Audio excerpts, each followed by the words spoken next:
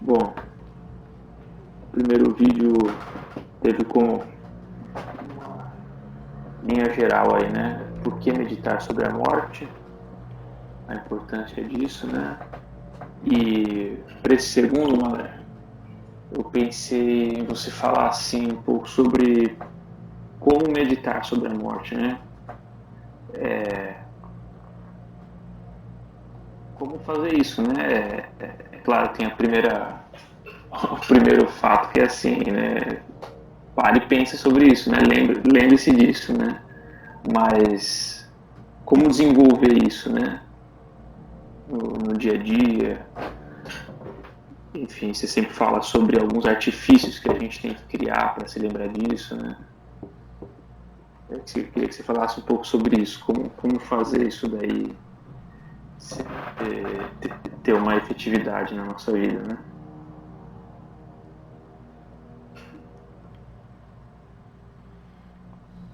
Vamos ver se eu consigo dizer alguma coisa que preste sobre isso. Porque, na verdade, é, isso tudo está conectado com. Na verdade, como meditar, tucur, quer dizer, em geral, né? O que é a meditação? Porque se você pegar.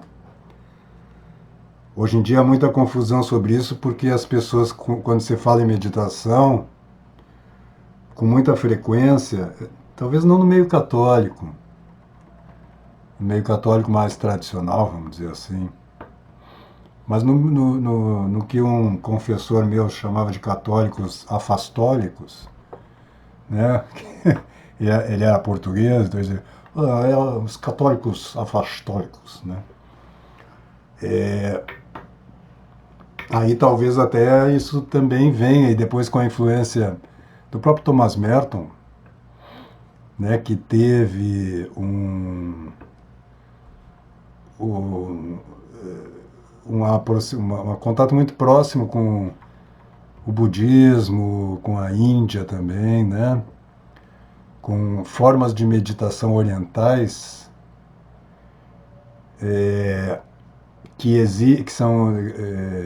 são técnicas distintas em relação à meditação como a gente pensa no Ocidente cristão. Mas mesmo eu imagino como no Ocidente pré-cristão também, na Grécia, né, onde não havia, quer dizer, essa ideia um pouco de de se diluir, de mergulhar na consciência cósmica, né, essa ideia de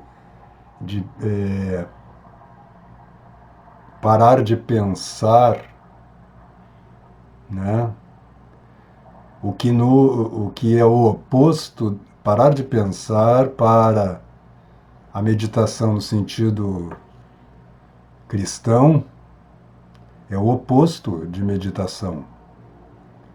Né? A meditação é pensar, não é? Mas não é um pensamento, vamos dizer, eu não diria analítico, mas abstrato, não é um pensamento desconectado da vida concreta, da tua vida real.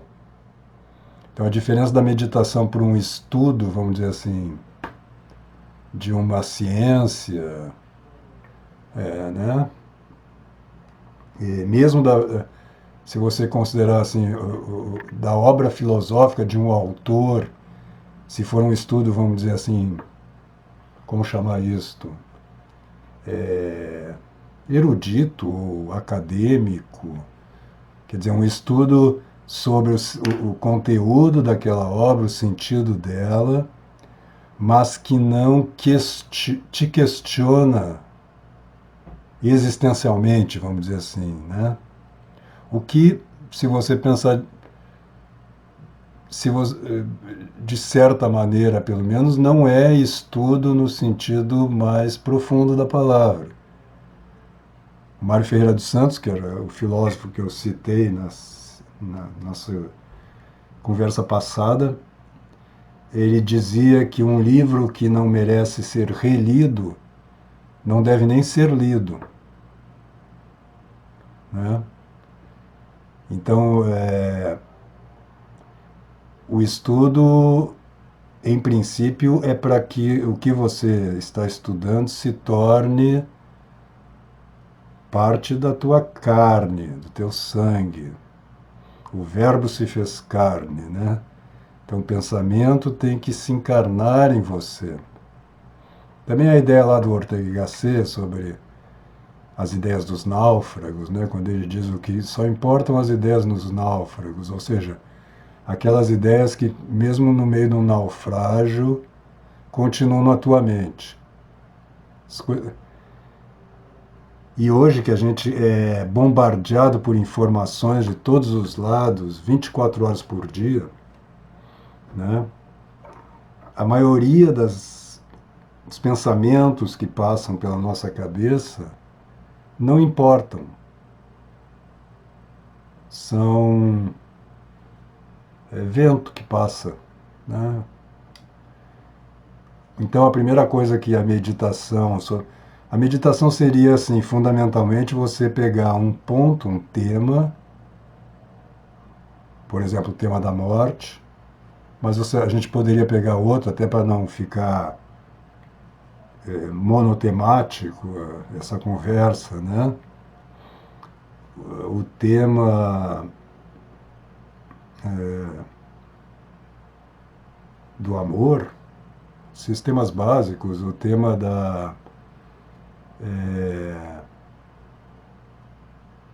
é que tudo relaciona-se com a morte, porque a morte e a vida são quase que assim, é o contexto da nossa existência, né? Então, quando eu penso, por exemplo, no amor, me lembra a frase famosa do Nelson, né? Todo amor é eterno, se acaba, não era amor. Era paixão, vamos dizer assim, né? Então já nos leva para a eternidade de novo, né?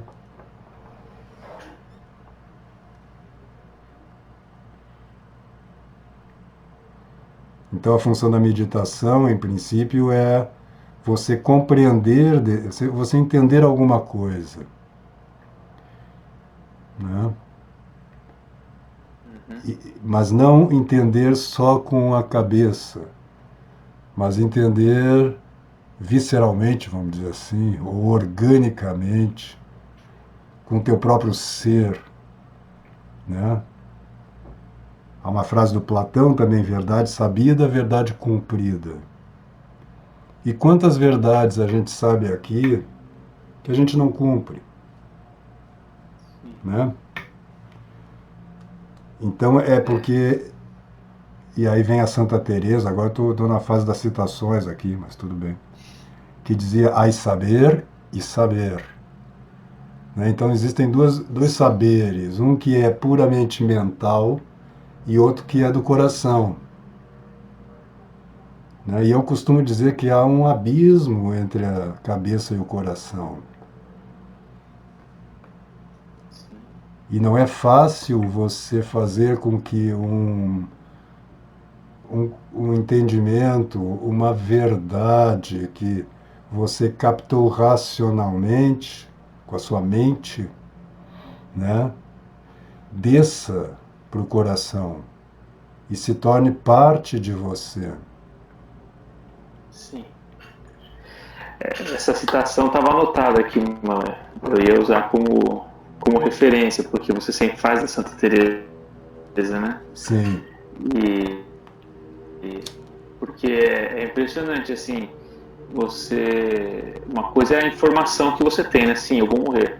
Outra coisa é quando isso fica evidente para você, se torna real, né? Parece que tem um momento ali que, nossa, entendi, né? E é claro que isso pode ser causado em nós por acontecimentos exteriores, né? Eu Sim. até lembro uma vez que a gente estava ensaiando lá o Hamlet Face à Morte, né? Ele falava de morte toda hora, da presença da morte, mas saindo do ensaio eu dei de cara com um acidente, que o cara estava saindo do carro assim, no exato momento, né, todo ensanguentado, assim. E aquilo foi um choque tão grande que fez que eu percebesse, assim, que todo naquele, né, palavrão lá do ensaio, eu não estava pensando de fato, né, na morte, assim, estava, sei lá, fazendo o quê. Mas é, a gente não dá para ficar causando, né, esses impactos, né, isso não depende de nós. Então, tem alguma técnica, assim, como fazer isso acontecer no momento de meditação, né? Como chegar até aí e depois o que fazer com isso, né? Porque às vezes você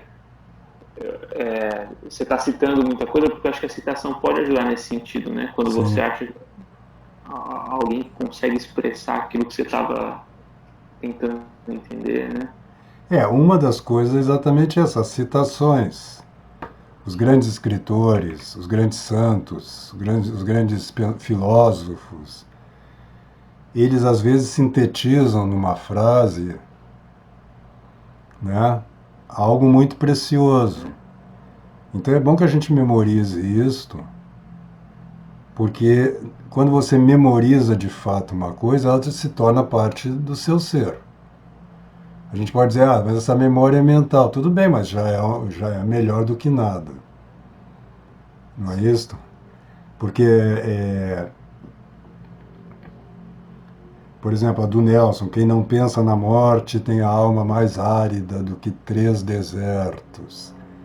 Essa imagem é muito comum, aparece muitas vezes, os desertos, a aridez dos desertos, na obra do Nelson. E a aridez dos desertos é também uma metáfora da morte, mas da morte sob o aspecto negativo, vamos dizer assim, onde não há vida, né? E não onde há uma morte, como diz a Clarice Lispector lá na Hora da Estrela, que ela também tem uma frase que ela diz: eu morro muitas vezes só para poder ressuscitar, né? A frase não é bem essa, mas é parecido com isso. Então, é preciso, e o próprio Cristo, né, se o grão de trigo não morre, ele não dá fruto. Né?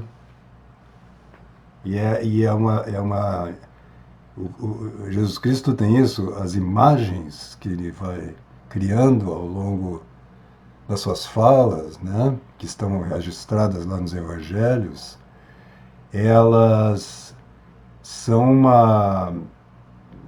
um ensinamento mesmo sobre simbolismo natural.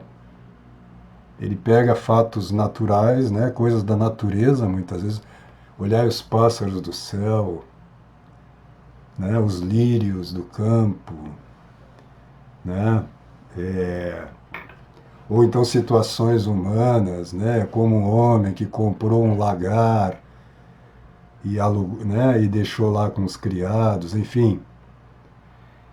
Ele mesmo diz, eu falo mesmo muito por parábolas, né, por metáforas. Ou seja, tem uma dimensão poética no sentido próprio da palavra, né, na atuação de Jesus Cristo. Né? Então, se você pega o trigo, que a semente que é fechadinha, como nós, né, e que queremos preservar assim as nossas coisinhas, né, e temos medo de quebrar, né, e de morrer, né, morrer para os nossos hábitos, que são hábitos de pensamento, mesmo os hábitos mecânicos, eles um dia foram pensados, né? São pensamentos que se cristalizaram, vamos dizer, nas nossas ações, né, cotidianas.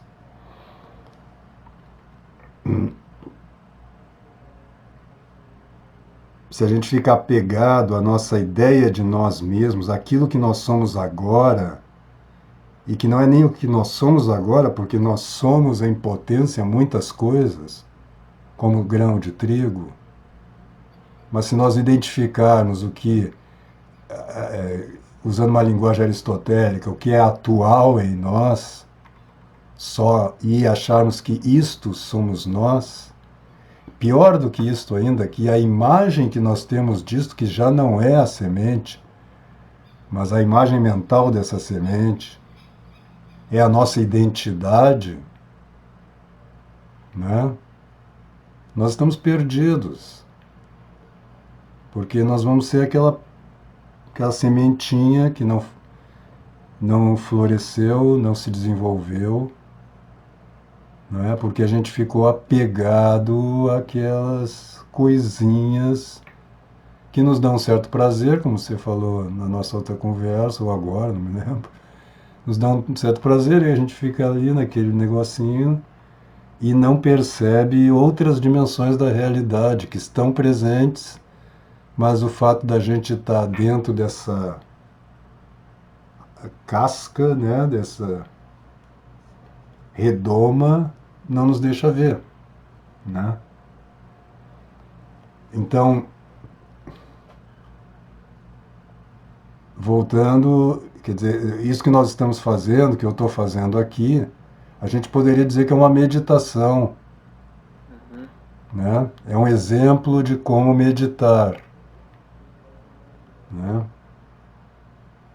É como se fosse uma via de mão dupla aí que, ao mesmo tempo que você está olhando para si mesmo, para sua vida, né, você busca na realidade elementos para alimentar essa meditação, Na memória, né? recuperar um pouco esse olhar. Uhum. É, a meditação de uma certa forma é como se assim você pegasse um tema, né, e ficasse com ele. Aí isto vai suscitar lembranças que estão relacionadas a esse tema, como a gente fez agora. Né? Por isso, por exemplo, a leitura, um bom exercício para quem é católico ou cristão, é a leitura assim, de 5 minutos por dia do Evangelho.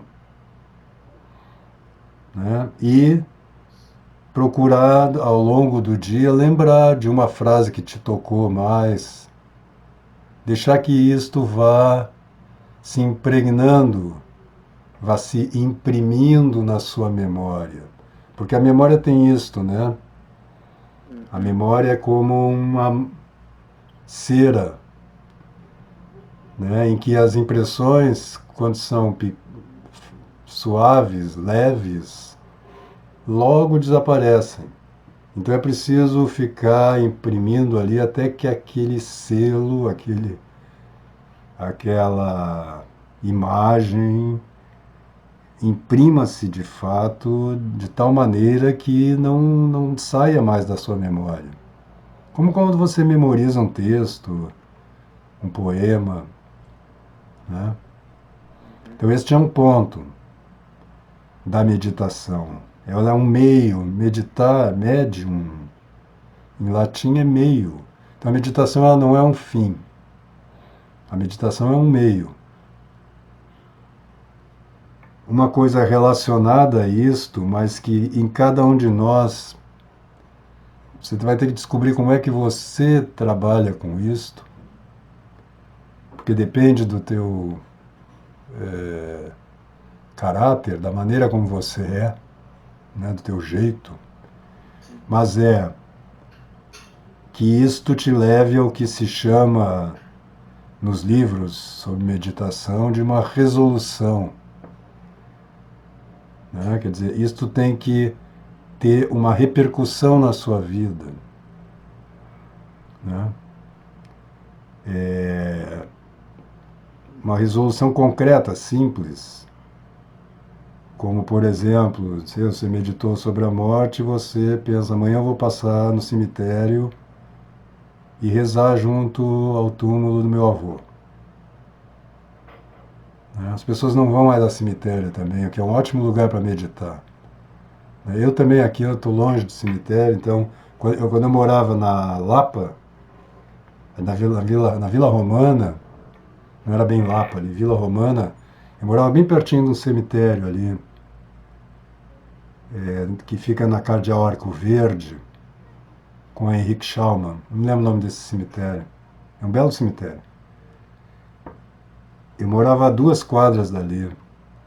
Então era frequente. De vez em quando eu ia para lá passear e rezar, meditar. Ficava caminhando, vendo. Tem inclusive ali um túmulo do. Não é um túmulo, é um monumento é, de. Eu não sei se é do. Agora não me lembro, não é, eu acho que não é do Sindicato dos Atores, não. Mas tem um monumento onde estão vários atores ali. Do início do século, metade do século passado.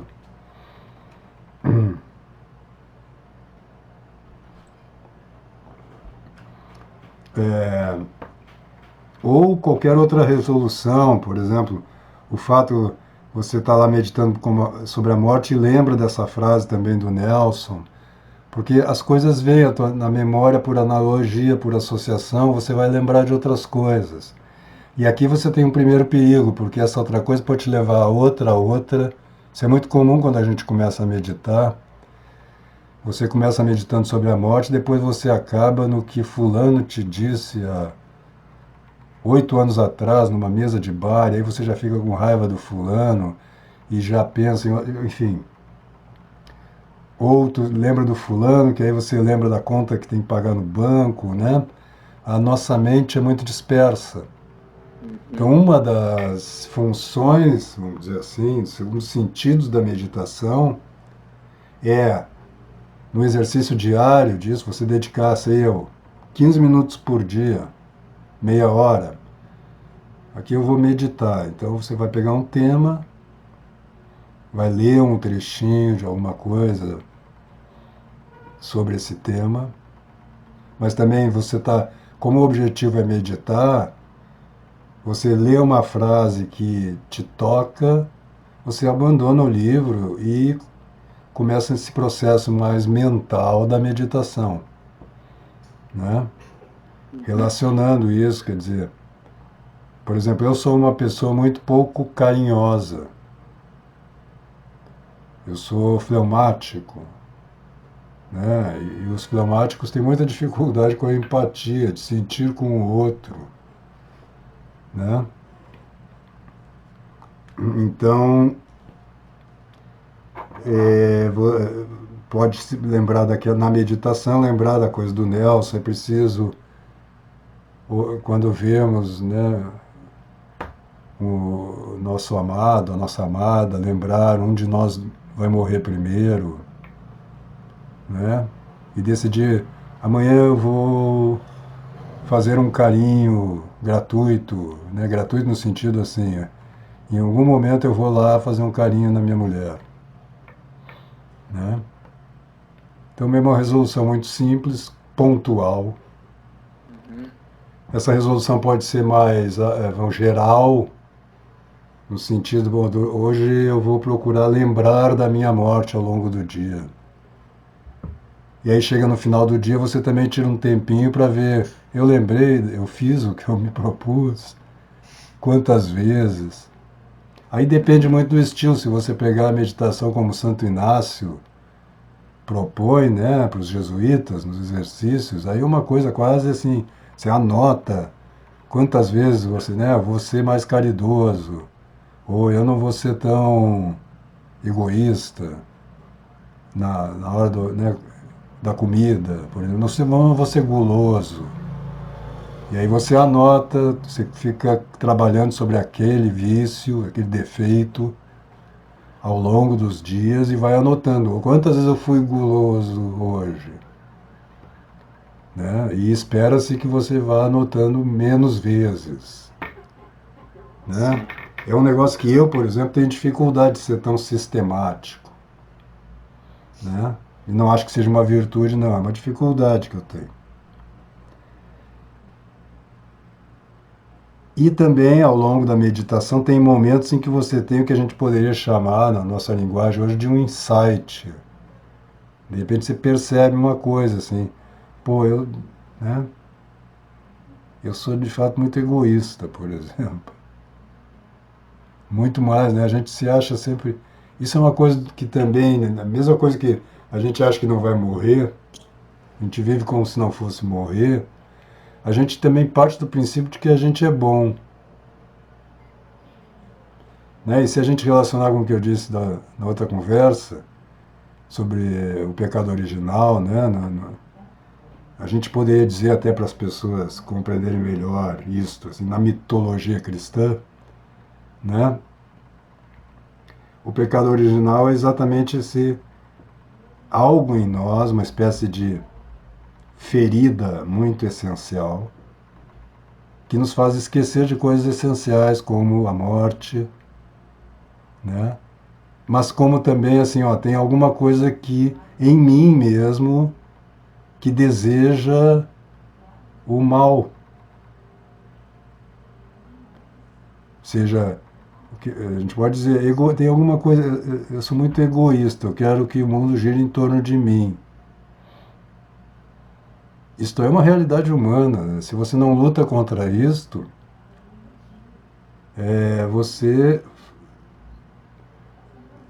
você fica assim, né? Os monges também, se você pegar, é muito comum em várias ordens religiosas, de monacais, o conselho de que antes de dormir você pense que não vai acordar e que quando você acorda você pense que não vai chegar a dormir.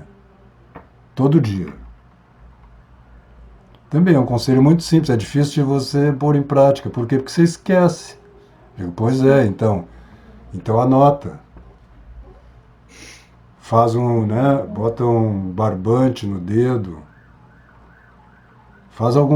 cria algum mecanismo que te recorde disto, porque é uma coisa importante de lembrar. Porque um dia isso vai ser verdade. Então, já é comum, não só na filosofia, o próprio Mário Quintana também diz isso, mas é Platão, né? Que viver é uma longa, e às vezes nem tão longa assim, preparação para a morte. Tem o famoso livro de Santo Afonso, Preparação para a Morte. Uhum. E essa é outra dica para os cristãos. Existem muitos livros escritos por santos. O melhor é pegar já os livros escritos por santos. Ou por, assim, Dom Marmion, que era um abade. Quer dizer, ele não foi canonizado pela igreja, mas é um homem de uma grande santidade.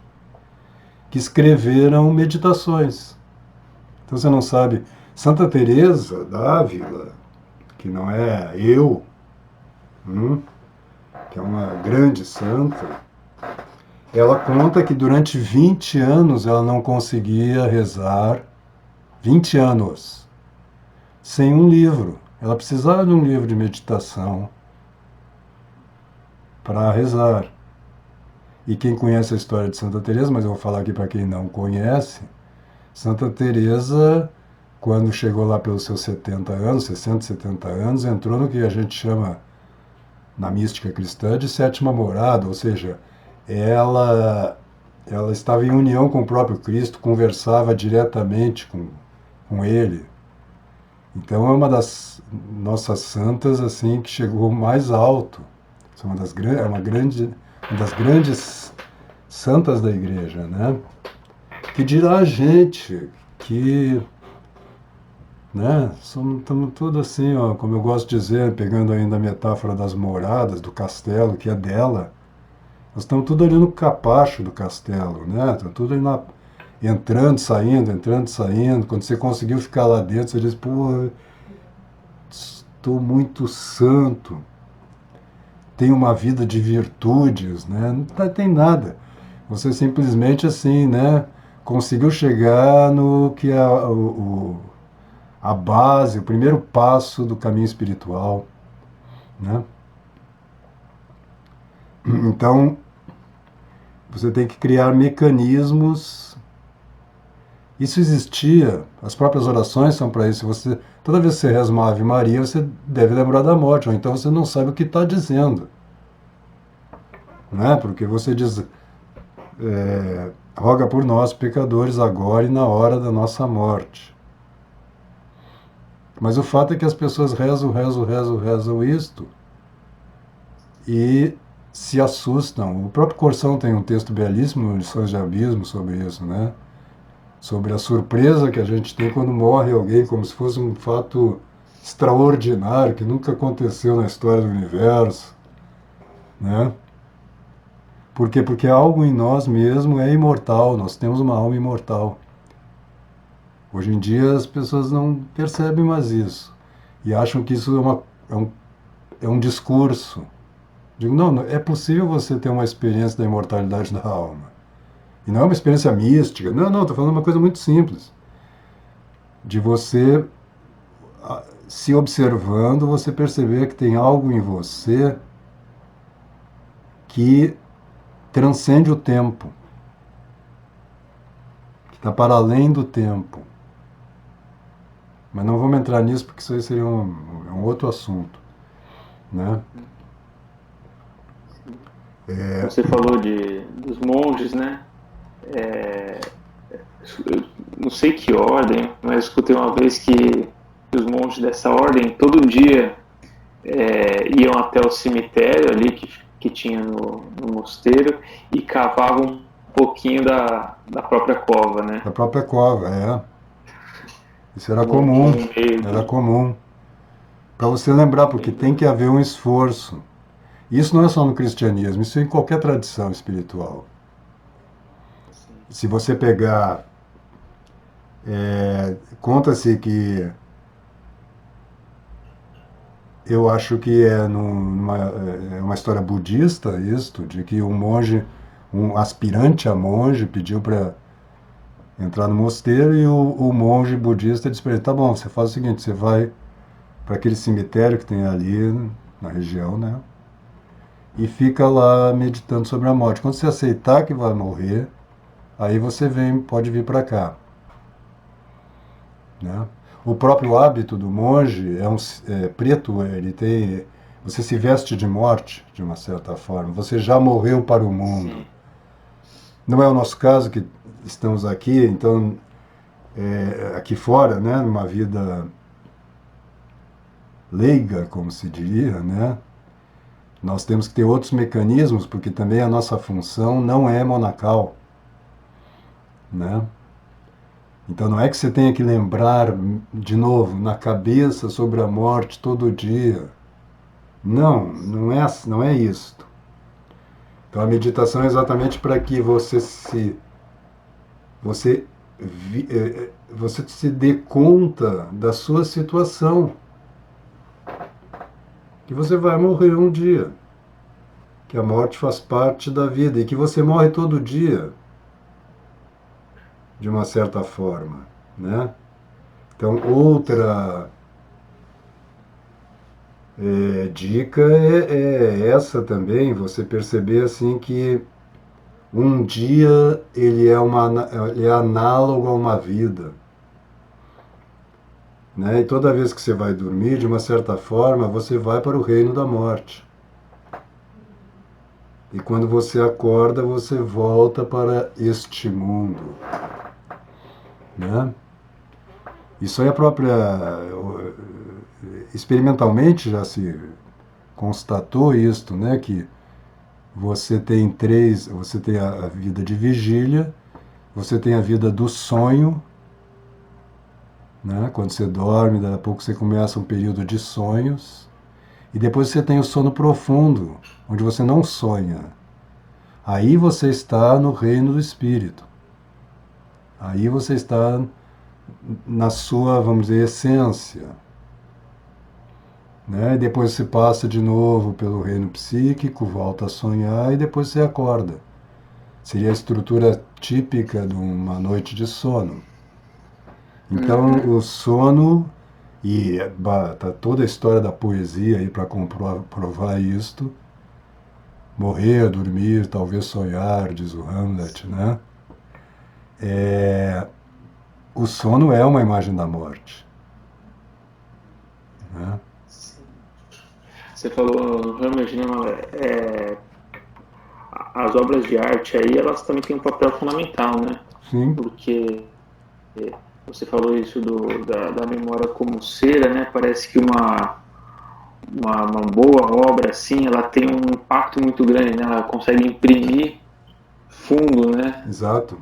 E a gente consegue recuperar com mais facilidade, né?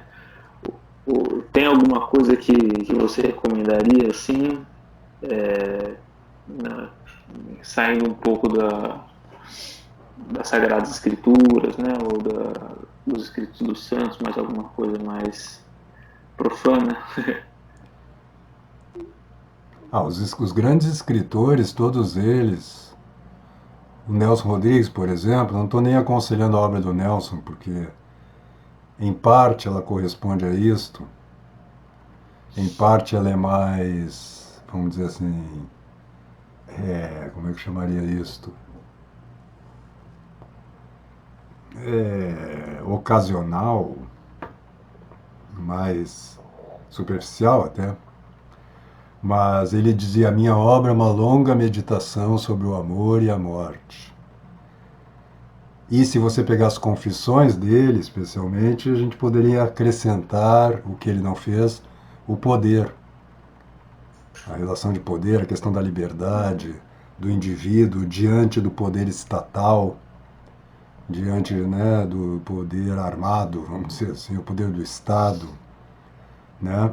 Esses são os temas fundamentais, né? O que a igreja chama dos novíssimos, que ao contrário do que a gente Uhum. tende a pensar, não é assim o que é novo, não. É o que é último, né? Morte, Sim. juízo, céu, inferno. Você vai encontrar esses temas nos grandes escritores. É óbvio, assim, aí quem são esses grandes escritores? Bom, eu citaria Shakespeare, às vezes uma frase, uma passagem da obra do Shakespeare até pode servir para tema de meditação até. E Sim. tem algumas coisas que ele criou, algumas frases que se tornaram patrimônio da humanidade. Né? E para o povo inglês, então, o Shakespeare ele criou expressões que são vivas até hoje. É muito impressionante a obra do William Shakespeare. O Dostoiévski, evidentemente, que o Nelson também perguntado qual é o grande escritor de Dostoiévski. Quem mais, Nelson Rodrigues? Dostoiévski. Sim, mas cite mais alguém, Dostoiévski. Ele era um rio, os outros são como as margens, né? E de fato a obra, né, especialmente a obra madura do Dostoiévski, de crime, de Memórias do Subsolo em diante, assim como a obra madura do Shakespeare, agora até porque eu vou lecionar um pouco sobre Shakespeare, eu estou relendo algumas coisas, e o Rei Lear é um dos grandes monumentos da literatura universal, né? Sim. Mas então esses dois, né? Agora em língua portuguesa, Camões, também a obra do Camões, os sonetos, as elegias, sabe? Também o Camões é desse que assim, de repente ele diz num verso, um negócio, olha, isso aqui é para você memorizar, é uma lição de vida, né? Uhum. Então, mas isso você encontra até em escritores, nem diria menores do que esses que eu estou citando, que são assim os grandes, os maiores, um Goethe, também está entre os Uhum. maiores, né? O Fausto do Goethe, Sim. o próprio Wilhelm Meister.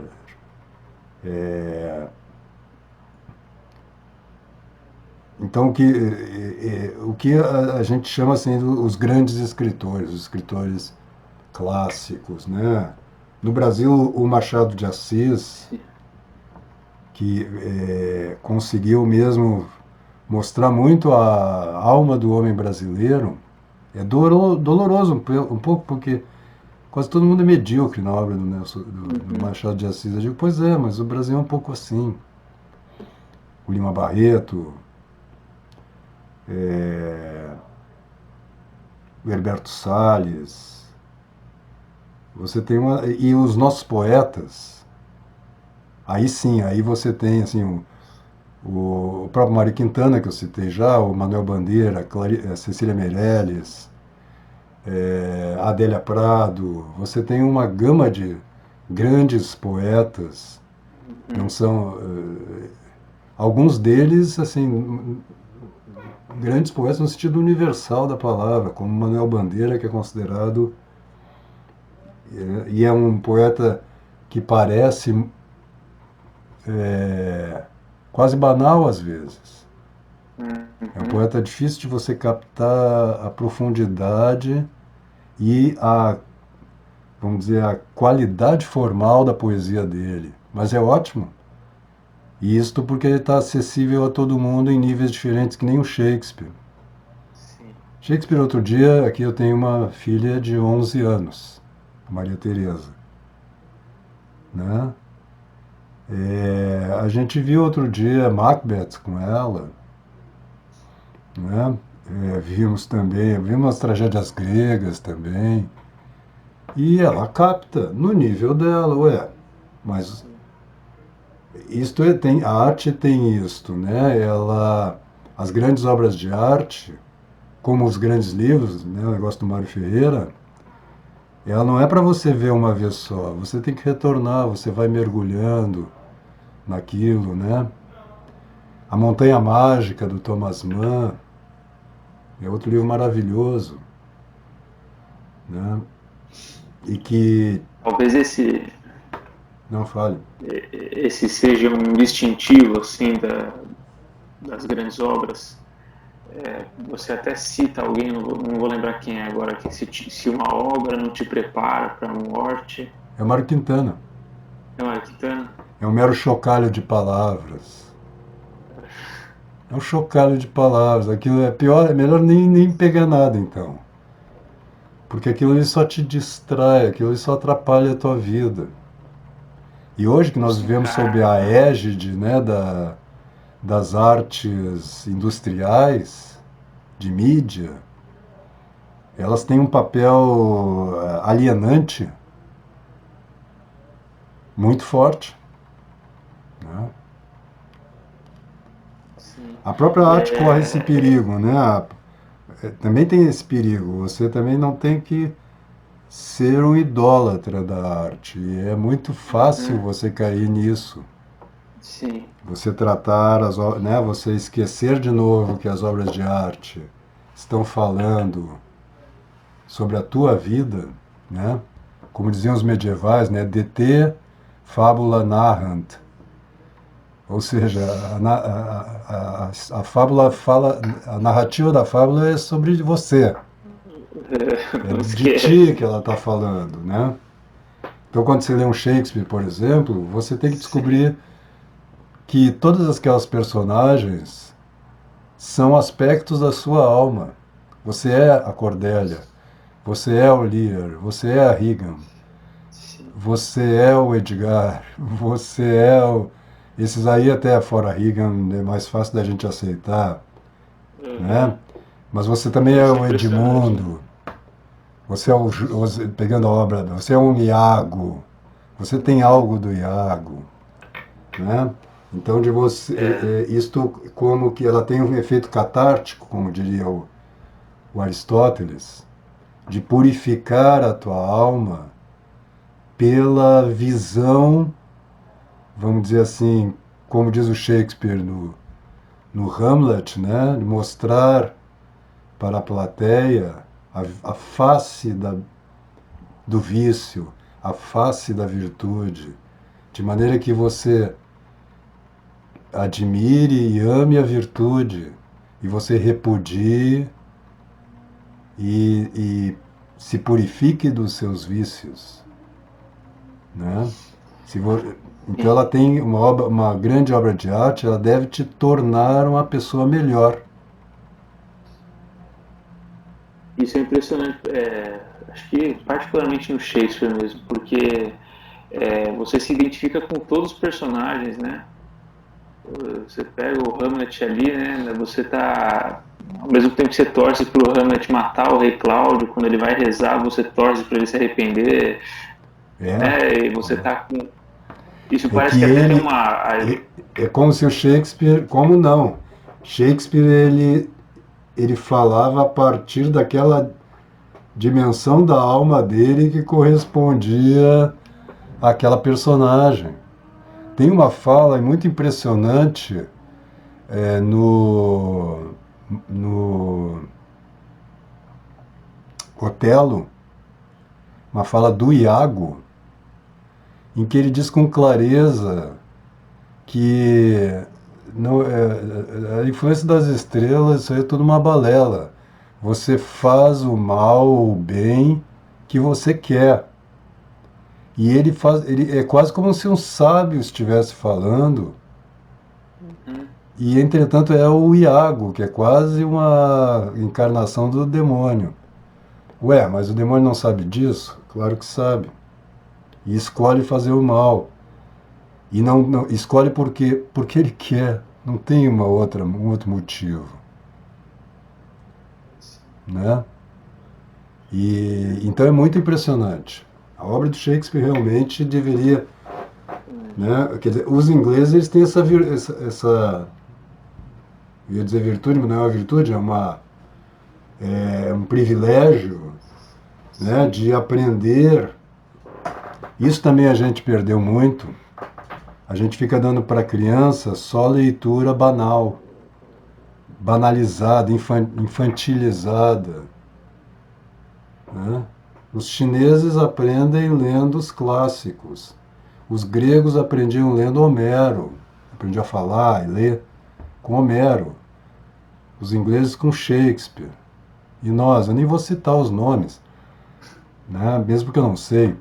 Mas é assim, com um negócio muito banal. Umas poesias feitas para criança. Cecília Meirelles escreveu, né? Que era uma pedagoga. E aí sim. Então, para quem é mãe aí, ou pai, né? O Isto ou Aquilo da Cecília Meirelles é uma joia em português. É Então, o se ser ou tem não ser chuva, para crianças, né? hein? É o ser ou não ser para crianças. É. E você tem uma série de poemas ali que mereciam ser memorizados pelas crianças. Né? Mas a própria Bíblia. Mas hoje em dia mesmo os adultos eles têm uma Bíblia facilitada, tá entendendo? Que perde a dimensão simbólica e mesmo a dimensão literária, né? Para Sim. fica banalizada. As crianças parece que assim elas vão sendo preservadas disso, né? Vivendo naquele mundo infantilóide assim, né? Dos desenhos bobinhos. Aí chega na adolescência e ela é exposta a um nível de violência tão grande que banaliza a morte, né? Então É. parece que é difícil sobreviver, né? A isso assim. Eu acho que estamos chegando no nosso tempo, né? Sim, tá ótimo. Acho que deu pra. Tem muita coisa aí pra aproveitar. Então tá bom. Você Muito quer falar mais obrigado, alguma Léo. coisa? Não, deixa para os próximos. Deixa para os próximos, né? Então tá bom. Uhum. Então, um Tá ótimo. abração, fiquem com Deus, vocês todos, e até a próxima.